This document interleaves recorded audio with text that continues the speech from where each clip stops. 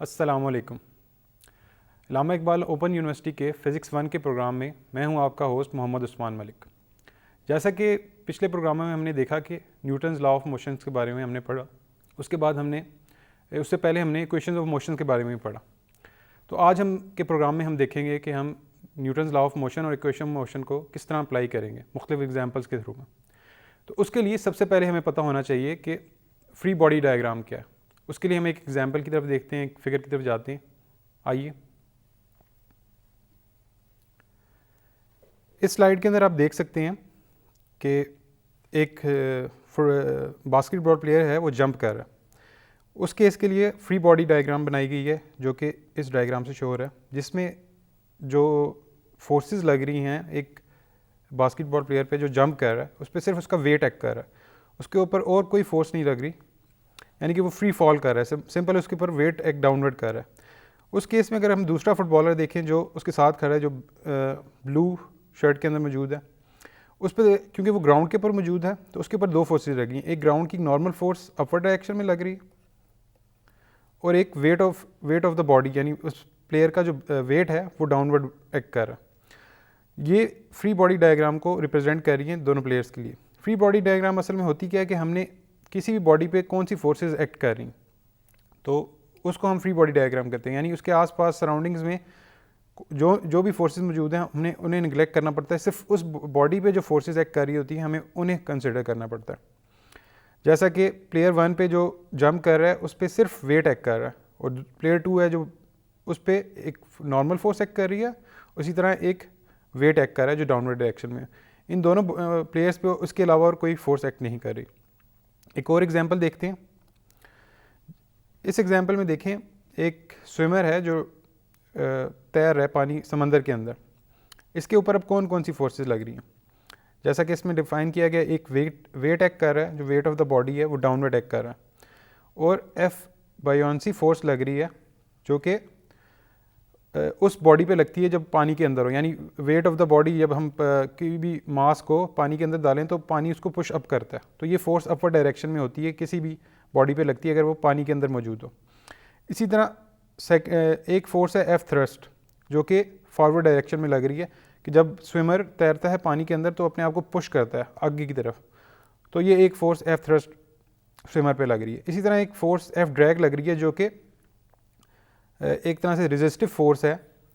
जब स्विमर पानी के अंदर तैरता है तो उसको एक डिफ़िकल्टी होती है, यानी उसको एक तैरने के अंदर मुश्किल होती है, यानी फ्लूइड के अंदर वो मूव कर रहा है, पानी के अंदर मूव कर रहा है, तो उसको एक ड्रैग फोर्स महसूस हो रही है पानी के अंदर मूव करते की, तो ये उसके ऑपोजिट डायरेक्शन में लग रही है।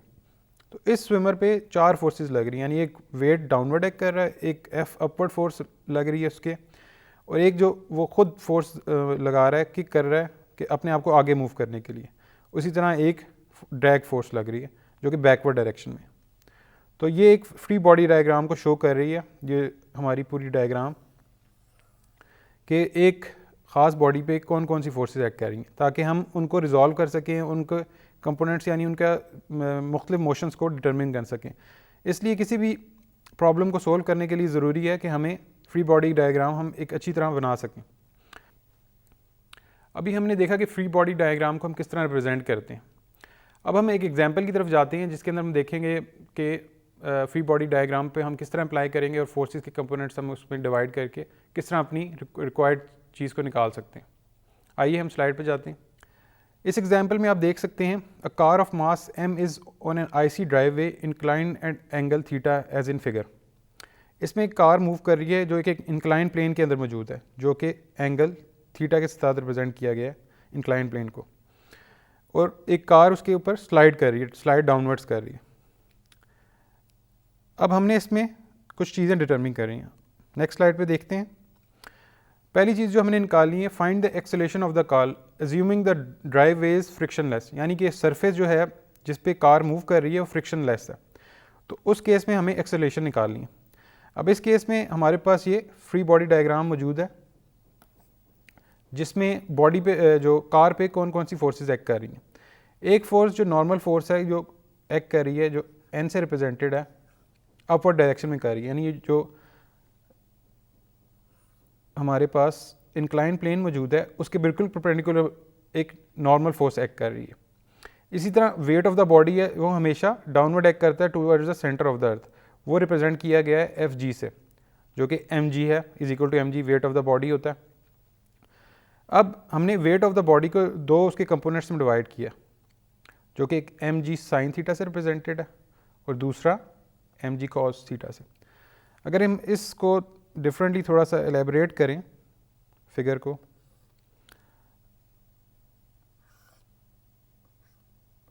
हमने इस एक्सिस को डिफरेंट एक्सिस ले लिया, तो अगर वेट ऑफ द बॉडी बिल्कुल डाउनवर्ड एक्ट कर रहा है, इसको अगेन कर लें,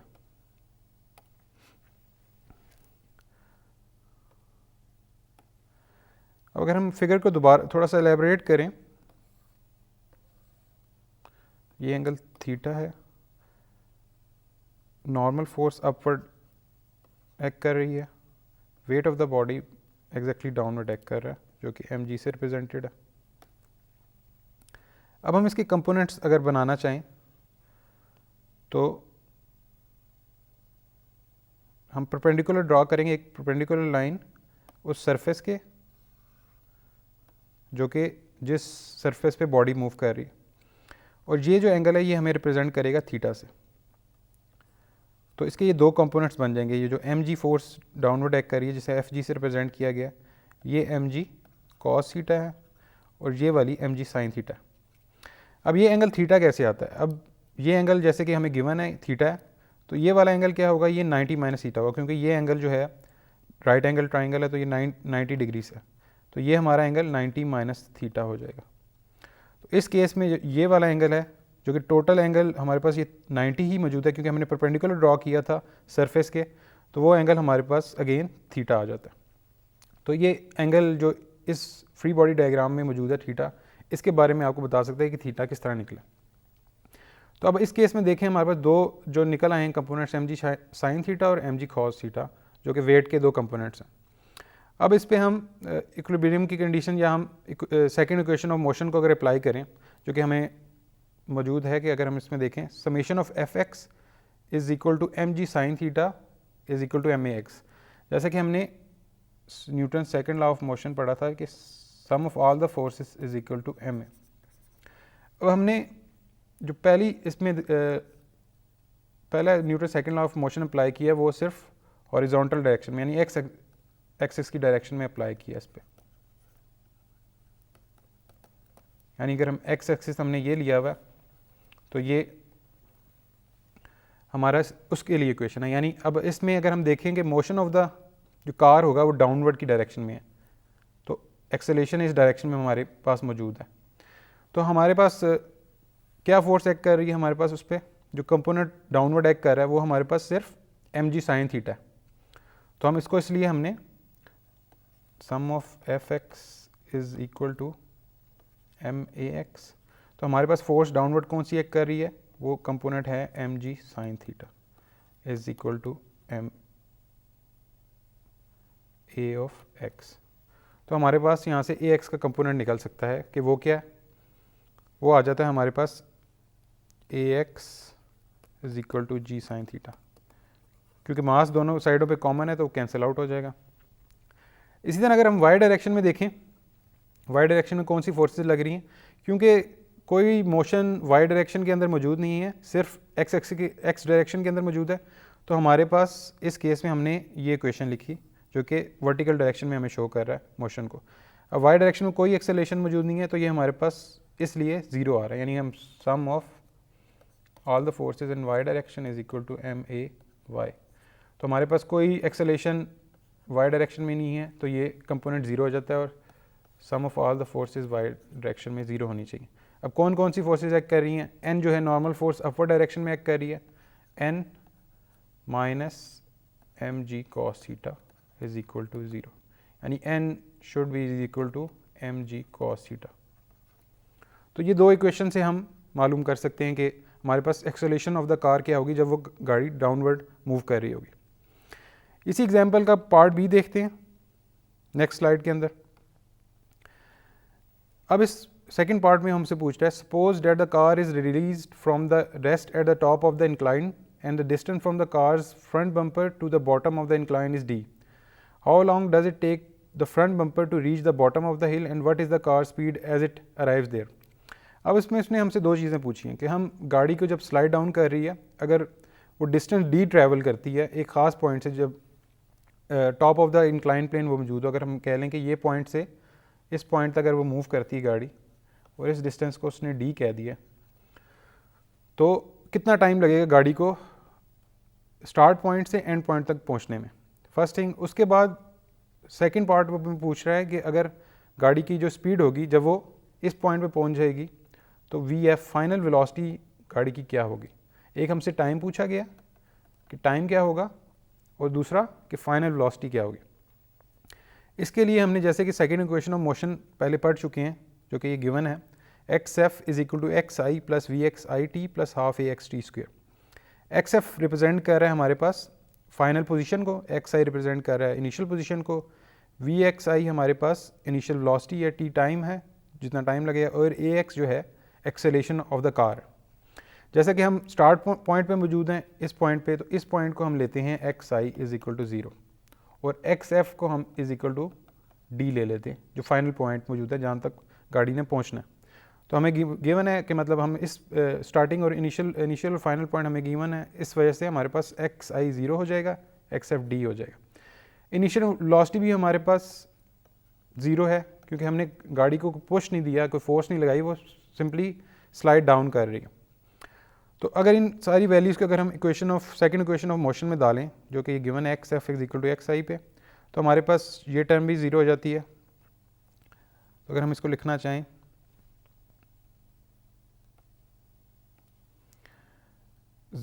एक्स एफ हमारे पास डी आ जाएगा, एक्स आई 0 है, ये टर्म भी 0 और plus half A T square आ जाता है जो कि ये टर्म लिखी हुई। अब इसमें से अगर हम t को सेपरेट करें तो हमारे पास t is equal to 2d over A X under root आ जाता है जो कि ये टर्म है। जैसा कि पिछले पार्ट में हमने एक्सेलेरेशन ऑफ द कार निकाली थी A X is equal to G sine theta, तो हम सिंपली वो वैल्यू पुट कर देंगे ए एक्स की, तो हमारे पास जो टाइम निकल आता है कि गाड़ी को कितना टाइम लगेगा at the bottom of the incline plane पहुंचने में, वो होगा 2d over g sine theta under root. इसी तरह जो हमने अगला पार्ट निकालना है जिसमें हमने वेलोसिटी ऑफ द कार निकालनी है, उसके लिए हमें ज़रूरत पड़ी है कि हम थर्ड इक्वेशन ऑफ मोशन को यूज़ करें कि हमने वेलोसिटी निकालनी है। हमें इनिशियल वेलोसिटी का पता है कि वो 0 है, एक्सेलेरेशन का भी हमें पता है और डिस्टेंस भी पता है। तो इसमें जो इस इक्वेशन ऑफ मोशन में, थर्ड इक्वेशन ऑफ मोशन में हमारे पास वो तमाम चीज़ें हमारे पास मौजूद हैं जो कि हमें velocity of the car, final velocity of the car निकालने के लिए चाहिए। अब वी एक्स एफ 0 हमने निकालनी है, v x F square, v x i square हमें पता है कि वो 0 है, एक्सेलेरेशन ऑफ द कार भी पता है और डिस्टेंस जो जितना ट्रैवल किया गाड़ी ने वो भी हमें पता है। तो हम इसमें वैल्यू डालें, वी एक्स एफ सेम आ गया, वी एक्स आई हमारे पास 0 दे देगा और प्लस 2a एक्स, और जो डिस्टेंस ट्रैवल किया जो कि एक्स एफ माइनस एक्स आई है वो हमारे पास डी है कि हमने इस पोजीशन से इस पोजीशन तक ये डिस्टेंस डी है। तो हमारे पास V x F square is equal to 2a X D आ जाता है। इसको हम रीअरेंज करें तो V x F is equal to 2a X D under root आ जाएगा। सिंपली ए एक्स की वैल्यू जो हमने पिछले पार्ट से निकाली थी वो हम प्लेस करें तो 2g d साइन थीटा हमारे पास इसका फाइनल आंसर आ जाता है जो कि final velocity of the car represent कर रही है at the bottom of the incline plane.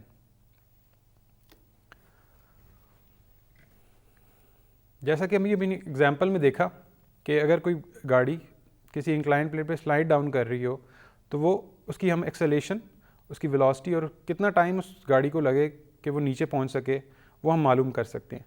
ये इसके लिए हमें इक्वेशन ऑफ मोशंस और सेकंड लॉ ऑफ मोशन की ज़रूरत पड़ी। तो इसी तरह हम मुख्तलिफ एग्जांपल्स में इन लॉज और इक्वेशन ऑफ मोशंस को अप्लाई कर सकते हैं। आइए एक और एग्जांपल देखते हैं जिसमें हम इस इक्वेशन ऑफ मोशंस और न्यूटन सेकंड लॉ को अप्लाई करेंगे। अब इस सेकंड एग्जांपल में हम देखते हैं कि when two objects of unequal mass are hung vertically over a frictionless pulley of negligible mass as in figure, the arrangement is called an Attwood machine. The device is sometimes used in laboratory to determine the value of g. Determine the magnitude of the acceleration of the two objects and the tension in the lightweight string. अब इसमें दो masses हमें given है, जो कि unequal हैं। अगर वो दोनों मासेस इक्वल हों और उन्हें हम बैलेंस कर दें तो वो ये जो डायग्राम है वो मोशन ही करेगी, यानी हमारे दोनों मासेस हैं वो स्टेशनरी रहेंगे। मगर इसमें हमें गिवन है कि जो मासेस हैं हमारे पास वो अनइक्वल हैं, यानी एक मास दूसरे से बड़ा है। तो अगर हम ये देखें तो उन्होंने हमें डायरेक्शन ऑफ द मोशन बताया हुआ है कि यानी पॉजिटिव m1 अपवर्ड डायरेक्शन में मूव कर रहा है और m2 डाउनवर्ड डायरेक्शन में मूव कर रहा है। तो इसका मतलब यही है कि m2 should be greater than m1 है, अदरवाइज ये मोशन एग्जिस्ट नहीं करेगा, एक जगह जाके वो रुक जाएगा। सो अब इसमें हमें ये सेकंड डायग्राम गिवन है जिसमें उसकी फ्री बॉडी डायग्राम बना के दी गई है, यानी m1 पे कौन सी फोर्सेस एक्ट कर रही हैं और m2 पे कौन सी फोर्सेस एक्ट कर रही हैं। तो हमें गिवन है कि जो पुली है वो फ्रिक्शन लेस है, यानी इस पुली पे कोई फ्रिक्शन यानी हमें कोई अपोजिंग फोर्स नहीं लग रही कि जो वायर को रेजिस्ट कर रही हो। तो इसके अंदर हमें निकालना है एक्सेलरेशन और टेंशन निकालनी है दो केस में कि वायर के अंदर टेंशन क्या मौजूद है और किस एक्सेलरेशन। जैसे कि फ्री बॉडी डायग्राम हमने ऊपर भी देखी थी, तो इस डायग्राम के अंदर हम देख सकते हैं कि ये फर्स्ट जो डायग्राम एरो हेड से डिफाइन की गई है जो कि m1 के लिए डिफाइन की गई है। m1 पे कौन सी फोर्सेस एक्ट कर रही हैं। अगर हम पहली फोर्स की बात करें m1 पे बात करें तो एक डाउनवर्ड फोर्स उसका वेट एक्ट कर रहा है जो कि w है, m1g से रिप्रेजेंट किया गया है। ये वेट जो है उसका डाउनवर्ड एक्ट कर रहा है, और अपवर्ड फोर्स उसकी कौन सी एक्ट कर रही है जो कि वायर के अंदर मौजूद है टेंशन, जो कि उसके अपवर्ड खींच रही है। इसी तरह सेकंड बॉडी पे कौन सी फोर्सेस एक्ट कर रही हैं, वो उसका वेट है जो कि डाउनवर्ड एक्ट कर रहा है, और एक टेंशन है जो अपवर्ड एक्ट कर रही है। तो इन दोनों मासेस पे दो किस्म की फोर्सेस एक्ट कर रही हैं, अपवर्ड और डाउन, वेट और tension.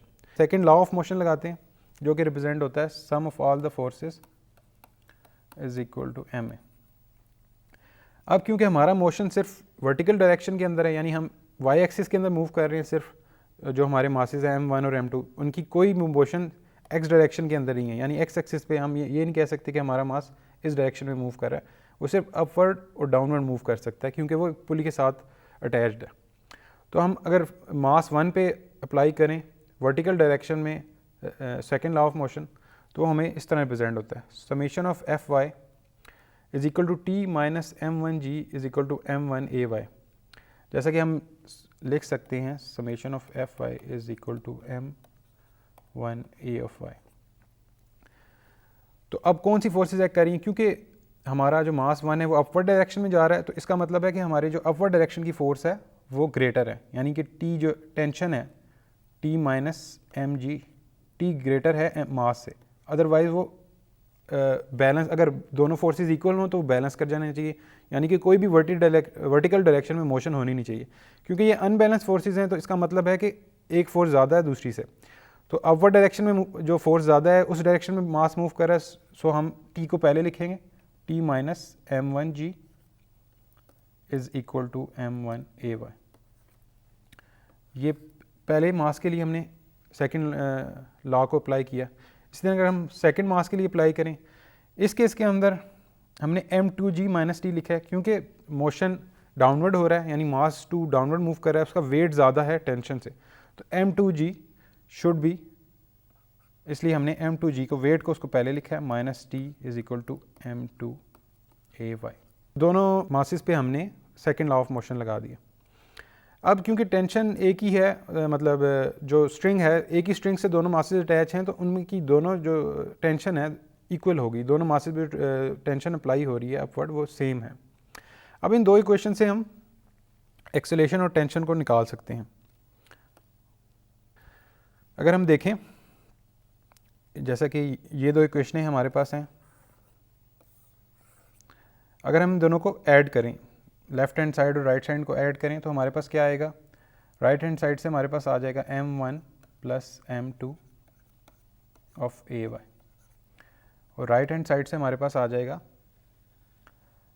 mt minus m1g plus m2g minus T, T cancel out हो जाएंगे और हमारे पास आ जाएगा m2 minus m1 of g। इसको अगर हम रीअरेंज करें तो हमारे पास जो ए वाई आ जाएगी वो एग्जैक्टली ये टर्म आ जाएगी। अभी हमने निकाल ली, जैसे एक्सेलरेशन निकाल ली थी ए वाई। अब अगर हम इसको अपवर्ड किसी भी इक्वेशन में, इक्वेशन 1 या इक्वेशन 2 में पुट करें तो हमारे पास टेंशन निकल आएगी। हम किसी भी एक इक्वेशन में पुट कर लेते हैं, फर्स्ट इक्वेशन में ही टी इज़ इक्वल टू, अगर हम उसको रीअरेंज कर लें तो m1 ay प्लस हमारे पास m1g आ जाता है, और अगर हम इसको रीअरेंज करें तो हमारे पास g plus a y of m1 आ जाता है। हम ए वाई की वैल्यू डालें जो हमारे पास गिवन है, तो हमारे पास आ जाएगा g plus m2 minus m1 over m1 plus m2 of g। इसको अगर हम रीअरेंज करेंगे तो हमारे पास ये वैल्यू आ जाती है, जो कि टेंशन बता रही है कि स्ट्रिंग के अंदर कौन सी टेंशन मौजूद है। जैसा कि इस एग्जांपल में हमने देखा कि अगर पुली के साथ दो मासेस अटैच हों स्ट्रिंग के साथ, तो हम उनकी एक्सेलेरेशन और टेंशन को निकाल सकते हैं। इसी तरह अगर हम डिफरेंट किस्म के मासेस को अटैच कर दें, यानी एक रोप के साथ 2 या 3 या 4 मासेस अटैच हो, तो हम उसके लिए मुख्तलिफ इक्वेशन बना के एक्सेलेरेशन और टेंशन को निकाल सकते हैं। अब हम एक और एग्जांपल को देखते हैं जिसके अंदर हम फिर इक्वेशन ऑफ मोशंस को और सेकंड लॉ को अप्लाई करेंगे। आइए,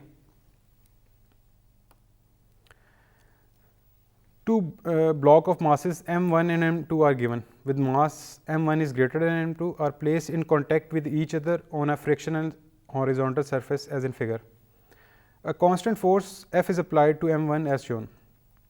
जैसा कि इस फिगर के अंदर गिवन है, दो मासेस रखे हुए m1 है और m2 है। m1 जो है वो ग्रेटर है m2 से, और आपस में उनको हमने एक साथ रखा हुआ है, और एक डायरेक्शन से हम फोर्स अप्लाई कर रहे हैं F, जो कि m1 पे अप्लाई हो रही है। डायरेक्ट उसका कॉन्टैक्ट m1 से आ रहा है, मगर m1 क्योंकि m2 के साथ बिल्कुल लिंक्ड पड़ा हुआ है, तो वो उसको फोर्स करेगी आगे की तरफ मूव करते हुए। अगर हम पार्ट बी डायग्राम बी के अंदर देखें तो हमें m1 की हमने फ्री बॉडी डायग्राम ड्रॉ की हुई है, जिसमें wait of the body downward act कर रहा है, जो कि m1g1 से रिप्रेजेंट है। जो फोर्स F है जो m1 पे अप्लाई हो रही है वो पॉजिटिव x डायरेक्शन में अप्लाई हो रही है, और एक रिएक्शन ऑफ द फोर्स है जो P21 हम P21 को रिप्रेजेंट किया जो बैकवर्ड डायरेक्शन में है, क्योंकि एक रेजिस्टिव फोर्स महसूस होगी अगर m1 के आगे एक ब्लॉक पड़ा है जो कि एक रिएक्शन फोर्स लगाएगा, यानी m1 इस पर एक रिएक्शन फोर्स लगा रहा है जो कि उससे फोर्स कर रहा है आगे की तरफ मूव करते हुए। तो इसी तरह m2 भी एक रिएक्टिव फोर्स लगा रहा है, रिएक्शन फोर्स यानी रेजिस्टिव फोर्स होगी जो रिएक्शन कर रही है बैकवर्ड डायरेक्शन में, जिसे हमने रिप्रेजेंट किया है P21 से। और एक नॉर्मल फोर्स जो एक्ट कर रही है वेट के करस्पॉन्डिंग अपवर्ड डायरेक्शन में, वो n1 से रिप्रेजेंटेड है। इसी तरह m2 पे कौन सी फोर्सेस एक्ट कर रही हैं? एक नॉर्मल फोर्स n2 रिप्रेजेंट कर रही है अपवर्ड डायरेक्शन में, wait of the body act कर रहा है m2 जो डाउनवर्ड एक्ट कर रहा है।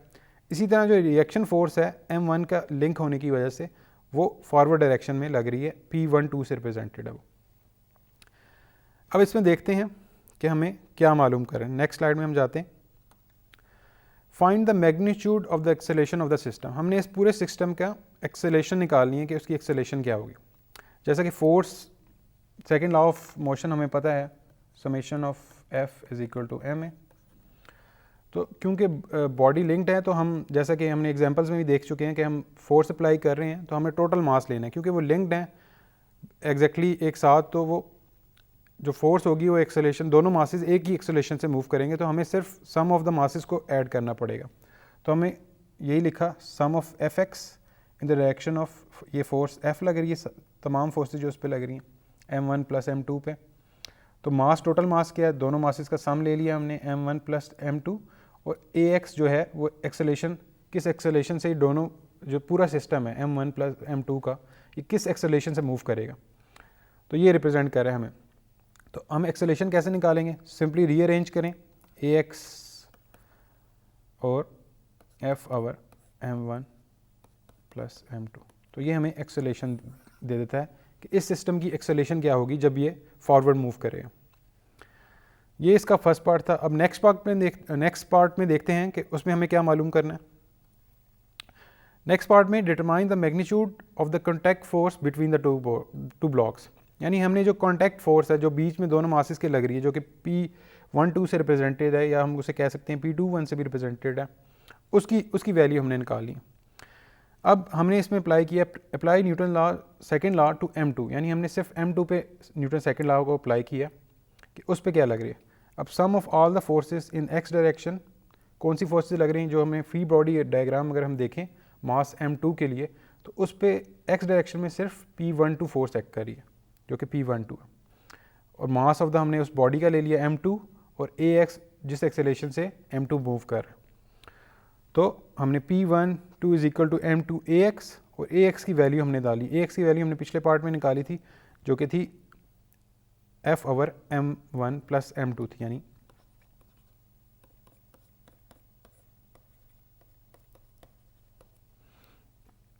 हमने सिंपल ax की वैल्यू रिप्लेस कर दी है इस जगह पे। तो हमारे पास जो फोर्स p12 आ रही है जो कि m2 पे अप्लाई हो रही है पॉजिटिव x डायरेक्शन में, वो हमें निकल आएगी जो कि रिप्रेजेंट हो रही है इस कंपोनेंट से m2 over m1 plus m2 into f वही फोर्स है जो हमने स्टार्ट में अप्लाई की हुई है, m1 पे अप्लाई हो रही है, बाकी ये सिंपल मास है m2 into over m1 plus m2 से आ रहा। p12 भी एक फोर्स रिप्रेजेंट कर रही है। अगर हम इसकी डायमेंशन भी देखना चाहें तो क्योंकि m2 over m1 plus m2 एक मासलेस है, m2 भी अगर kg में हम ले रहे हैं तो नीचे भी जो हमारे पास आएगा kg के आएंगे, वो कैंसिल आउट हो जाएंगे। और जो फोर्स हमारे पास आ रही है वो न्यूटन्स में है, तो हमारे पास जो p12 के भी यूनिट्स आएंगे वो न्यूटन ही आएंगे।